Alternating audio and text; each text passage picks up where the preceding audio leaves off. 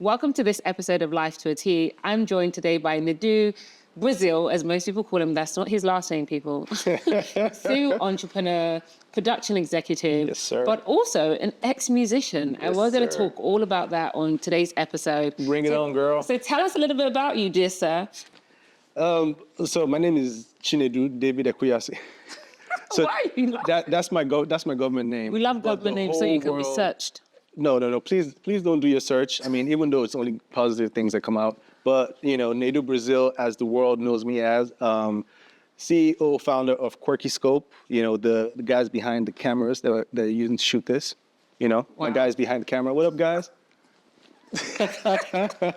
Yeah, serial entrepreneur. I call myself a creative mogul, right? That's what I call myself right now. Used to be a musician, active musician. Yeah. Right now, I make musicians look good, right? Via visuals, and yeah, creative visuals. Oh, I love that. I love that you still are super creative and you haven't let your passion kind of leave you alone. So we're going to dive into a lot of that. But the thing I want to talk to you about, just because people think me and my friends are crazy, and I think we are. Are you? And I do think we are. And I didn't do rapid fires earlier, so I'm going to have to do that. But I have some rapid fires for you, just so people get to know a little bit about how crazy some of you are. Let's go. Okay, so yam and egg or plantain and egg? Yam and egg. Oh, you see my alignment. Listen, I have an issue with sweet and savory, so I just like savory. Interesting. Yeah, like puff. What is that? Wait, what? We were doing something there. Listen, I just lost the whole audience. I'm sorry. Wow. Fuck violence. Early. No, yam and egg, I rate you. So, British food or Nigerian food? Nigerian food. Really? Yeah, I like that pepper, the spice. You know they say we eat too much spice. Yeah. A little bit too much. We eat way too much spice. Okay, and last thing, are you a sneakers guy or are you a gym sneaker guy? You know there's two types. They're like the nice fancy sneakers, gym sneakers. So I like gym sneakers. Or trainers. Yeah. I'm a Puma ambassador. Shout out my Puma. Can I do that? You can, but I didn't sponsor this Puma. One with my sponsorship. Puma socks. But yeah, I like trainers. I go for comfort. Okay. Right, and also just comfort, and they come in like some cool colors. So yeah, I like gym sneakers. Yes. A little bit weird. We're aligned on the yam and egg part, so we're gonna go straight into it. Something that I've known you for nearly 10 years, if not more. Gosh. 2025. Yeah. Yeah. About 10 years. We're getting old. We're getting old. And one of the things I love is that we're both surfers. Yes. Well, Do you actively surf, or is it once in a while? So what's your definition of actively surfing? Like every, hey, what's up, dude? Every weekend? No, I can't. It's impossible. With our schedules, it's impossible. But I do surf at least 4 times a year. For a year, you need to do better, but... I do.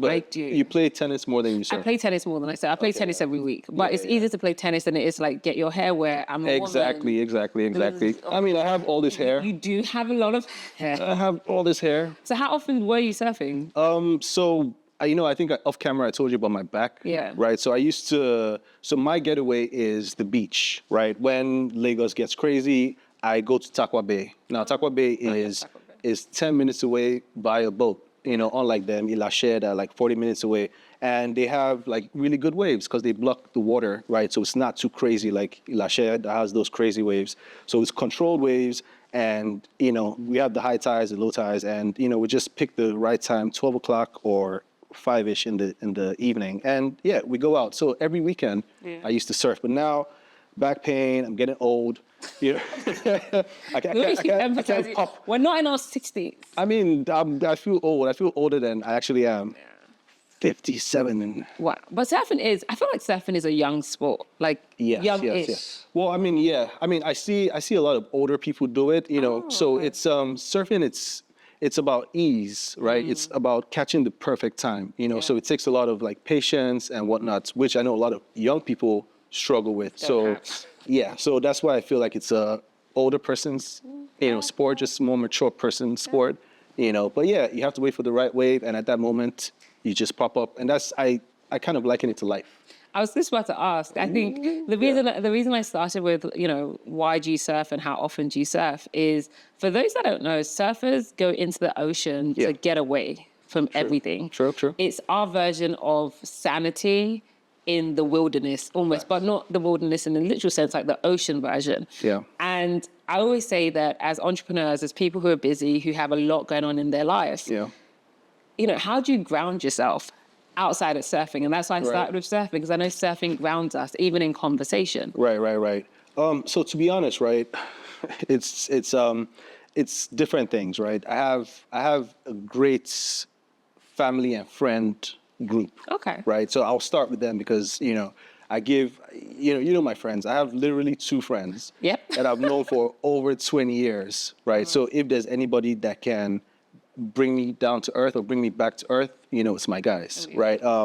It's always good to be in familiar territory, right? Where you don't have to put up a front or you don't have to be more than what you need to be at that moment. Sometimes I don't want to be a serious guy. Yeah.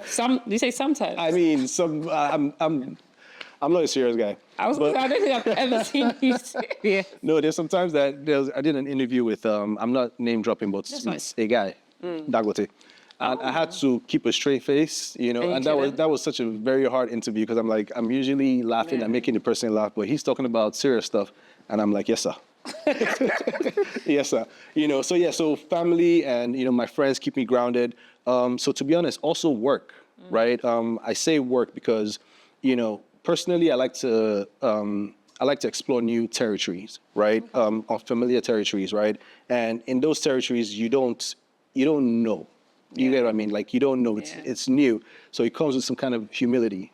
You know what I mean? So I'm always trying to do something new, right? Yeah. Even if it's within the space of video, whether it's 3D design, whatever the case is, so those things, when I say grounded, it gives me a sense of humility and puts me, where I need to be, right? Also with grounding, my spiritual life, that one I put it before everything. Has it evolved? Has your spiritual life evolved? Yes. So the thing about the spirit, as you know, the spirit does not like to be comfortable, right? Anytime you feel a discomfort, that your spirit wants to evolve. So I like that. No, think about it, right? I like that. Every time you feel a discomfort, your spirit wants to go to the next level. So there's always an evolution. If you find yourself grounded or stuck in the same place, something is wrong. Either you need to fan your spirit to get that engine lights or, you need to find people to help you sharpen, sharpen your spirit, I like that because I think about it as entrepreneurs. They joke and say entrepreneurs have itchy fingers. Right. Like you're always looking to build something new. But I'm going to start looking at it as your spirit needs to evolve. Sure. Because I think that's more powerful. I think your spirit is telling you it's time to move on from this specific venture. Yeah. And that's okay because I think we fear moving on. We fear so much and we don't have to. Listen, if I tell you my story, my moving on story. Tell me. That's what we're here. Story time. The tea, story time. Story time. So where do I start from? So identity. I know you've had a big shift in your identity. I've had a big shift in my identity. And to be honest, I was stuck in that identity for a while. What was the identity? A musician. Yeah. Right? All of y'all were musicians at one point. Yeah. So musician by actively being a musician, right? Even these days, I'm still a musician, but I'm not on stage performing. These days, I'm scoring movies, scoring soundtracks, mixing and mastering audio, so it's a different perspective into the music. You don't always have to be the guy on stage jumping around. There are other places to make money in the music business. It could be a collaboration, whatever the case is. So yes, I'm a musician behind the scene still, right? Because it's a thing of creativity, right? I like to say our spirit is the creative side, right? Because it's the side that moves freely, wildly. Yeah. But then our body puts a barrier to that free movements, right? So sometimes it's good because the spirit can move wild, but again, we put negative boundaries. You know what I mean? So for example, me trying to move from being an active musician to where I am right now, in media, the video side of things and the visual side of things, I was a musician actively for a couple of years, 10 years, right? And that was all I knew. Yeah, it was Wake your up, identity. studio, shows, all that stuff. But, at some point, I had to, so all the music videos I shot, either, I lost the footage or they were shot out of focus. Something was always wrong with my music videos. Ask my guys, like their own will go well, but my own, there's always something wrong. Interesting. So I started asking God, why me? God was like, you were not meant to be a musician. No, in life. Calming down. Just calm down. In life, right? Sometimes we wait for that jerk. We wait for ourselves to get to that, that brick wall before we realize it's time to turn back, right? And that's why I talked about fanning your spirit, because your spirits would not allow you to get to the brick wall. Facts. The brick wall, or that change usually comes with, what's the word? Like an occurrence. It can be like heartbreak. I know how many times heartbreak has deterred me back to where. Heartbreak has made you make music. No, well, make better decisions, Okay. right? Because it keeps me, I say heartbreak as one thing. It could be like a failed business. It could be something, but it's just, okay, fair. An yeah, it's just analogy of life heartbreak. teaching you a lesson, right? A hard lesson.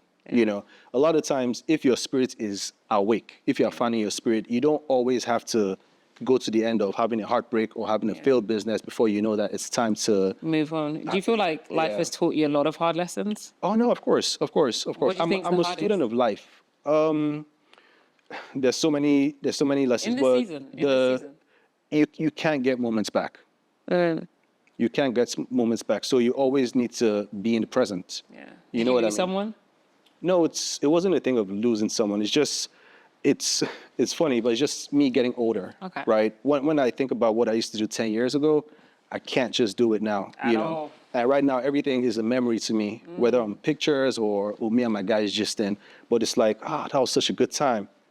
But you can't relive it right now. Yeah. You know what I mean? So, and I've had so many good times, and I don't hold on to those moments because I know I'm still going to create moments, however, be present. And I know that's something I'm going to teach my children. I love how that. to be present. I love that. I love seeing the evolution of you as a person from, when I met you 10 years ago to now. Yeah. And just how you're calmer. Your spirit is calmer. I love that you... Come on, Steve. I'm just being calm now. No, your spirit is definitely calmer, and there's a shift in vision. And I think something you said earlier, if God doesn't want that thing for you, no matter how much you want to do it, God's not going to let it align in the way you want. You want exactly. The thing that God wants you to do, he will force you to find yourself there. And I think I'm watching Quirky Scope. I'm watching your, production company, events, like I'm watching it come to life. Yes. And I see the passion behind it. I see how much you love it. And I don't know if this level of passion came from music. No. Because I think music was the thing that was easy to you because it was fun. Right. But as you get older, you realize fun doesn't always pay the bills. I mean, Fun does not pay the bills. It doesn't. No. I mean, she's right. But I mean, to be fair, I would say I have a lot of fun doing this. Yes. You know what I mean? It's a different type of So what I did was I asked God for what I wanted. He gave it to me his own way, but he still gave me what I wanted. It looks different, but it's exactly what I wanted, right? So I wanted somewhere and something that I could express myself. You know what I mean? Like, I always say to people that with this video thing that we're doing, you are taught to think on your feet. Some things have happened already that you don't even know.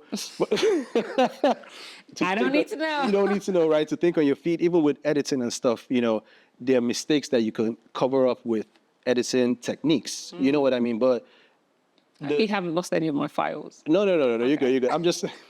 We'll talk about that. Don't jinx it, though. Don't jinx it. We'll digress. But you know what I mean? So it's just, I like to say creativity is intelligence having fun. You get what I'm trying to say? It's just another way of, showing how intelligent you are in a non-conventional way. Yeah. Ooh, I like that. I've never said that before. So we're talking about, as a creative, it's really important to, pivot when things happen. And we don't talk about it enough, but you're on screen sometimes and you're also behind the screen sometimes. You own a production company, so you are responsible for so much. Right. What happens when you lose a client's files? Right. or a file is corrupted. How do you take accountability if you do? What happens next? It's a real life. It's not very common, but it's common, right? So again, there's, I always say this: no matter how thorough you are in pre-production, no matter how many extra batteries you have or extra cars you have, or no matter the precaution you take, can I cuss? Yeah. Shit can hit the fan. You know what I mean? And so one thing that experience will teach you how to handle it better, right? So I try not to panic, but again, as I mentioned earlier, with creativity, you have to think of plan A, B, C, D, to E. Z. You know what I mean? To Z. And even in Nigeria. You get what I'm trying to say? So once you have all that to Z, then you can start panicking, right? So if we're recording, for example, and the battery goes off, right? Somebody might be like, oh, I've lost the file. You know what I mean? But then with experience, I've learned that they're the readable files that are not the movie files, the MP4 files, or whatever the case is, and there are softwares that you can pay for and that you can put it in, then it would read that. You didn't know that, right? Why would I know that? Intels, listen, on this podcast, we deliver just gems. I did not know that. Just gems. So there's that, you know what I mean? So it would make you not panic initially, and train you how to keep cool under pressure.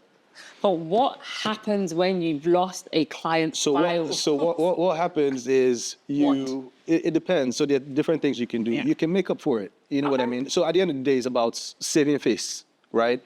Making your client happy all the time, and also keeping a good reputation for yourself and your company. So instead of running away and ignoring your client or whatever the case is, once you have tried your A to Z and it's not working, hopefully the client is still around or whatever the case is, that you can do a reshoot.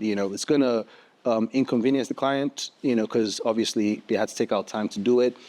However, it shows a sign of good faith. You know what I mean? It's not I'm rigid, I'm stuck in my ways. It shows that you can bend and be fluid. Brand reputation matters. Oh, no, it does. Even does.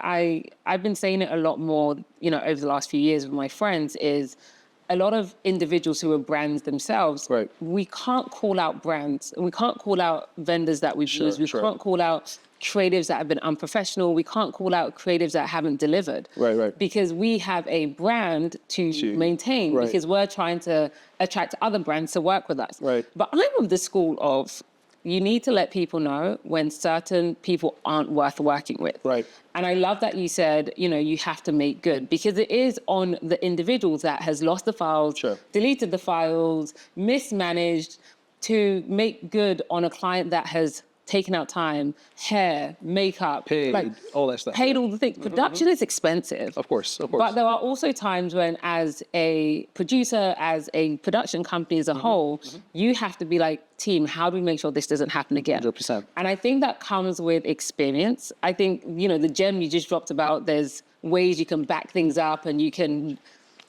all that stuff. But that came with experience. You didn't know that day one. Right. No. Like I said, I've lost files and I've cried. So, because like something like this, right? If we knock on wood. God forbid. God forbid. My head is wood. If you lose this kind of file, you can replan a shoot. And you never know, the next time it might even go better. You never know, right? But if, let's say, 50 Cent comes to the country and that's the only opportunity you have. And, so these are things that you can't get back. And these are things that the clients would probably cut your head off for, but transparency and integrity over trying to bullshit. And ego. Thank you. Because it takes a lot of ego to say, I am wrong, I was wrong, or this messed up, or all that stuff. So 100%, And I think, it applies to your personal life too. I think as we are getting older, we're having to apologize more, because we're not perfect and we do get things wrong. And that's 100%. Even in, previous friendships, relationships, businesses, business partners, where you can sit down and say, hey, you know what, I messed up. Yeah. And I'm sorry that I messed up. How do I make good? Right. This was a season I was in then. It's not excusable. Sure. How do you forgive me and we move forward in the best path that keeps things healthy for both of us. 100%. And it's not all the time. You may not want to work with certain people ever again. that felt like I hit home. Oh man. I don't want, as you said, as brands, you try to... As brands, you have to be protective. Yeah. There's this girl I was talking to. She was talking about, I can't remember what it was, like all these, your girl stuff, right? Yes. And she was talking about the original versus the synthetic or whatever the case is. Now, the synthetic is not fake. What she's talking about, I guess it's just an easier method to install in it, right? So what I told her is this, right? Because, she said, there are other girls that do this and they might know that this is this, right? I'm like, okay, I get you. But I'm like, how about you change the conversation or the perception to, instead of, this is the cheaper way, this is the more time efficient way to do it. And you know what I mean? Because language matters. Yeah, exactly. Because as creators, we know that a lot of times, even if you have your content calendar and you batch shoot, something might just come up. All the time. So what do you do if something comes on today and you can't go to the hairdresser and all that stuff? You get? So once you change the narrative and tell them, listen, this is a faster and more efficient way to go about this. It's a different conversation. Nobody will look at it and say, but the hair is this or this thing is synthetic. It's more like, this person is giving me intels on how to save time. Yeah. You get what I mean? So that's perspective. No, it's and a I big like thing. that. Yeah. I think I also know a lot of my friends are either like videographers, photographers. I have friends across the world that do different things. And the resounding theme that keeps us all connected is being able to stay accountable. Yeah. I've had people call me at ridiculous hours of the night because they don't know what country I'm in. And they're like, Topper, I think I need your lawyer. And I'm like, wait, which lawyer? What have you done? How may I help you? Are you going to jail? And it's important to be able to be vulnerable with the people in your world and say, I need your help. Sure. And I think building a production company, building a brand, it's learning curves. Like what you know now is not what you knew last year. It's not what you knew 10 years ago. 100% not. And you just constantly keep applying that piece of knowledge to your business. Yeah. So what's the vision for the brand and the business? As you keep applying the knowledge that you have? The vision. So again, I move with, so the transfer from music to, where I am right now, it came with a lot of lessons. And the biggest lesson is, it's never about you. Like in the grand scheme of things, you're a little piece of shit. Fair. Right? So really and truly, right? Because I didn't start a production company to film myself 24/7. I did it because I used to go through this issue of my music videos always going to shits, right? So it was a bigger purpose there for me. It's like, okay, how do you solve this issue for everybody else, right? And that's really why I started this, right? From music to now trying to be that person that doesn't mess up your video, make you look good. Oh, I love that. Purpose. Purpose-driven impact. Shush. Purpose-driven. She said. Purpose. So what's the vision for it? Yeah. Now that you've created, is it to scale? It's really to scale. Quirky Scope does everything from like personal branding to actual like brands, right? So from strategy to actually creating the media assets you use. Now we're looking to go Hollywood style, right? Because one dream I always had when I started this is I want my name to be on the cast of the people that create Marvel movies, because I'm a big superhero. I remember. I want to do the CGIs. I want to blow up, cars and buildings, right? So, I'm like, okay, instead of being part of the Marvel cast, you can have your own franchise, right? So more original content, creating studios and whatnot that are of international standard, so that's what it is, right? So I'm trying to create my new, I guess, Tyler Perry studio, Warner Brothers studio, that level and that size of, because one thing I'll tell you is this, right? You can ask my guys, I've worked with a lot of them for a long period of time. I have in-house videographers and editors, but when I started this, switching from music to where I am right now, to get people to give you an opportunity, it was hard, right? I used Even to, when you had a name, you had a name. yeah, but I was knew a who you were. musician, right? But because now you have to prove yourself. Got it. Right? They know that, oh, you make good music, but you want to shoot something from me. I Got never, it. you know, that kind of thing. So you always had to prove yourself. So I started with digital marketing. So I'm telling companies that I can help you scale your business, and they're like, how? You know, so you have to prove yourself. You know, so there was that level of humility, because people will tell you no because they're not used to you doing this particular thing. You know what I mean? So yeah, so it has really been a journey. Yeah. You know, it's very fulfilling. You know, humility will teach you how to listen to your spirit a little bit more, so you make less mistakes. And even if when you make mistakes, it's all good. I was going to really talk about this like identity, just to digress a little bit. You know, digress a little bit. And I need to tell something to somebody that is watching, whoever you are. Like, don't feel stuck. Don't think you're something too long or too much for too long, that when it's time to make the next move, you're afraid to, or you have this imposter syndrome, or people are telling you you can't. You know what I mean? When the Spirit of God first came to earth, the earth had no shape. It was void of everything. But it's when the Spirit moved across the earth that it started taking shape. All I'm trying to say is, you know, explore, be open, right? Flexible. Yeah, be flexible, you know, like the Spirit. You know, the Spirit's like water. Be fluid. You know, don't be too stuck in your ways. You never know what is for you, or what's coming for you, or how big the next thing is. You know what I mean? So don't have one I am. You know, the Spirit of God that is with us is a lot of things. God is everything, omnipotent. So you can be a musician, but also still be a video person, but also still be a strategy person. Yeah. You get what I mean? You can be a lot of things, you know, but with one purpose of what? Serving people. I love that we're being more intentional about our purpose and, you know, adding real impact into the world. I also love the fact that we have a vision that is bigger than us, but it is attainable. So as Nigerians who live in Nigeria, who are, you know, raised here, or we have friends here, we have roots here, it's leveraging that. So we do create the Nigerian version of a Tyler Perry studio. So that, you know, when they come in, they're tapping into us versus trying to build a whole infrastructure. Of course. Someone has to do it. And I don't think it should be anyone that's external. I do think it's about 100%. building from here. 100%. And then just bringing your people along. And you've always said something, I can't remember the quote, around how much you love Nigeria. What? No, say your quote. I'm not saying your quote. Listen, right?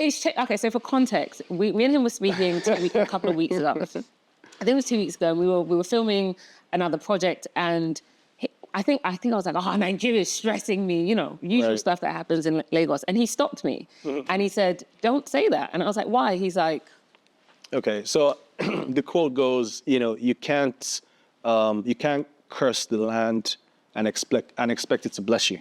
So you can't, you know, curse the land that you're living in, that you expect to wake up every morning and not get killed, or you wake up every morning and you want to eat from it. You get where you make your money from, where you meet your babes, whatever it is that Nigeria has given you. You cannot wake up one morning and decide to curse it. You know, if you curse something, you're passing, you know, negative energy, but you know, certain kind of energy, right? And what you would get back is, that's the fruit of what you're going to get back. So I like to bless the land. I like to water the land with praises. You know, it might not be the reality of what it is, but again, perception. You can focus on what is going right. Like right now, we've been, you know, struggling with internet, right? We have been struggling, but guess what? There's nice AC here. We're enjoying. It's just, you know, just always look for, you know, what is going right and magnify that thing, and it becomes bigger in your life, right? So, yeah, I used to always wake up and be like, F Nigeria, F this, F that. These days, I feel it inside, but I don't confess it, you know, but God knows I've said, my head wants to burst. Oh. And I think, you know, it's also biblical, right? Yeah. The tongue is powerful. Sure, 100%. So what we say out loud is what we are pushing out there. So, 100%. You know, again, I want to encourage anyone that is listening to this is think positive thoughts. Yeah. And even if you can't think positive thoughts, make sure the words that come out your mouth about whatever it is, whether it's a business venture, whether it's a relationship, whether it's your personal affairs, whether it's your finances, start blessing it out loud, because those blessings will turn around and come back to you. But if you put out negative things will come back to you. And I think you know, my whole life has changed over the last year for several different reasons, but the biggest thing has been perspective. Yeah. I'm like, nothing in this world is ever going to stress me. 100%. Like, we're going to find a way around it. We're going to find ways to solve it. Yeah. And I've just felt a calm in my spirit and soul. I've been saying this prayer often and frequently, which is find the people who are your destiny makers and not the people that's going to take you away from your destiny. Right. And every single time I say that prayer, something changes in my life. Right. But my spirit also calms down. Yeah. Because there's nothing in this world that will ever stress me. 100%. Because I get to choose what stresses me these days. Right? And it's like, if I let every single thing stress me, like stress is the biggest killer of Black women. And I read that somewhere. It's one of the largest killers of Black women, upon a list of other things. But for me, once I knew that's that, and I also felt the physical difference of being stressed. Right. I started saying, Tope, how do you change your mindset? And how do you ensure that you're balancing your life?